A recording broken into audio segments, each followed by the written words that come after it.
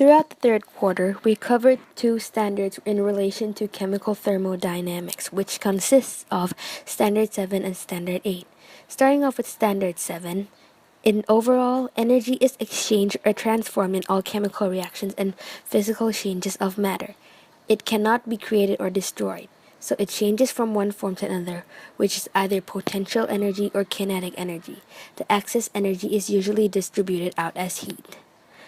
Temperature and heat flow are both directly proportional to the terms of the motion of molecules, and which the motion of molecules are in relative to another. The greater the amount of relative motion between molecules, the greater the kinetic energy, which is known as thermal energy. So, in chemical processes, it can either release or absorb energy, in which consists of exothermic reactions and endothermic reactions. Exothermic reactions are processes that release energy, usually in the form of heat or light, and when the energy is released, it is because of the total energy of the products is less than the total energy of the reactants. Endothermic reactions are processes that draw heat from their surroundings. They tend to cool their environments down, in which they yield products that are higher in energy than the reactants. So, with all the last standard of Standard 7 itself, which we solve problems involving heat flow and the temperature changes using the known values of specific heat and latent heat. In the terms of the phases changes in matter, latent heat is what measures when the energy which changes in the phase but there is no changes in the temperature, meaning that when a solid is heated, in this case the latent heat changes its states to liquid, in which the heat we separate it into two categories, including the heat of fusion, heat of vaporization, and heat of the vaporization.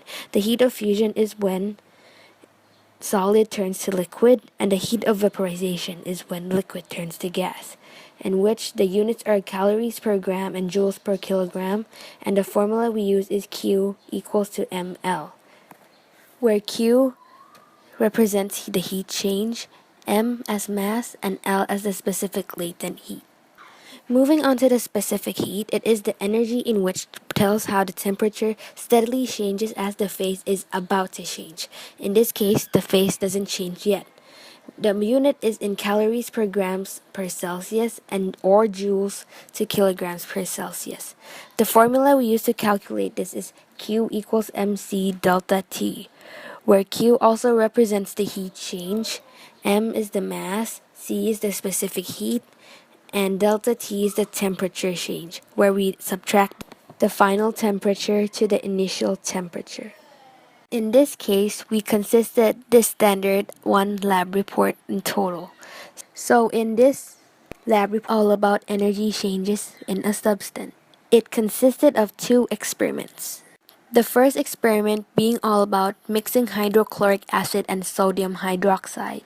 We conducted of the experiment by putting each of the substances into the test tube and measuring the temperature before and after when they are mixed. The initial temperature of the first experiment was 29 Celsius, but when they are mixed, the final temperature is 32.5 Celsius, meaning that it is an exothermic reaction since the temperature change is added by 3.5 degrees Celsius. Moving on to the second experiment, we mixed citric acid and baking soda, in which the initial temperature of the citric acid, which is not mixed yet, is 31 degrees Celsius. After it is mixed with the baking soda, the final temperature becomes 26.5 degrees Celsius, in which this means delta H, or the change in temperature, is negative 4.5 degrees Celsius, showing us that this is an endothermic reaction. So from this lab report, I could relate the standard CH7B.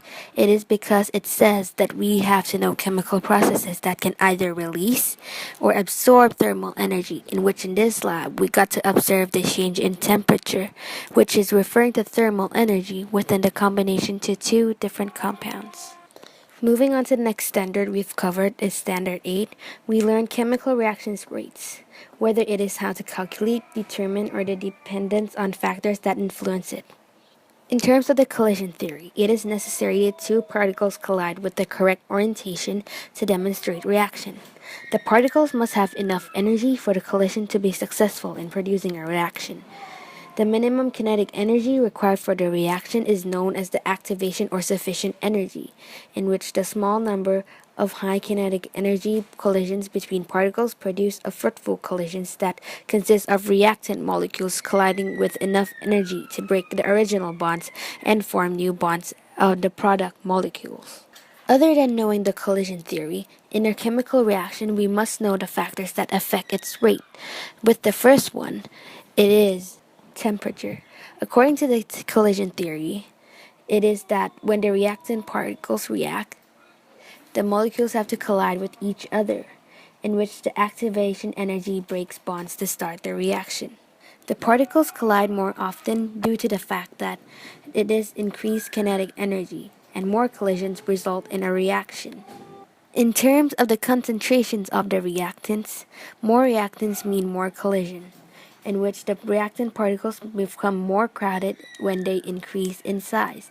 There are more chances of the particles colliding, therefore, it means that as you increase the concentration, the increase the rate of reaction. Catalysts are a substance that increases the rate of a chemical reaction without itself having to go through any permanent change. It reduces the activation energy, making it easier for the reactants to cross the energy line and move on to products which they break bonds and form new bonds. With the next one being the surface area of a solid reactant, we could refer to the bread and butter theory, in which in this theory it states that when you slice bread, you could apply more butter on it. Which it means that when there is increased surface area, more particles are exposed to the other reactant, in which when there is increased surface area, there are more collisions, in which increases the rate of reaction. In terms of pressure, it is the same as concentration, but it only acts on gas and some liquids only. Referring to this standard, we did cover a lab, but it is not all about us. We have to present to the fifth graders on what a chemical reaction is by showing how chemicals react, such as acid and bases, how it acts on on a magnesium rod, and the hydrochloric acid dissolves it in time. We made flashcards for them to keep, and that is what we did for the standards laboratory. So this consists of the quarterly's video. Hope you enjoy, and thank you for watching.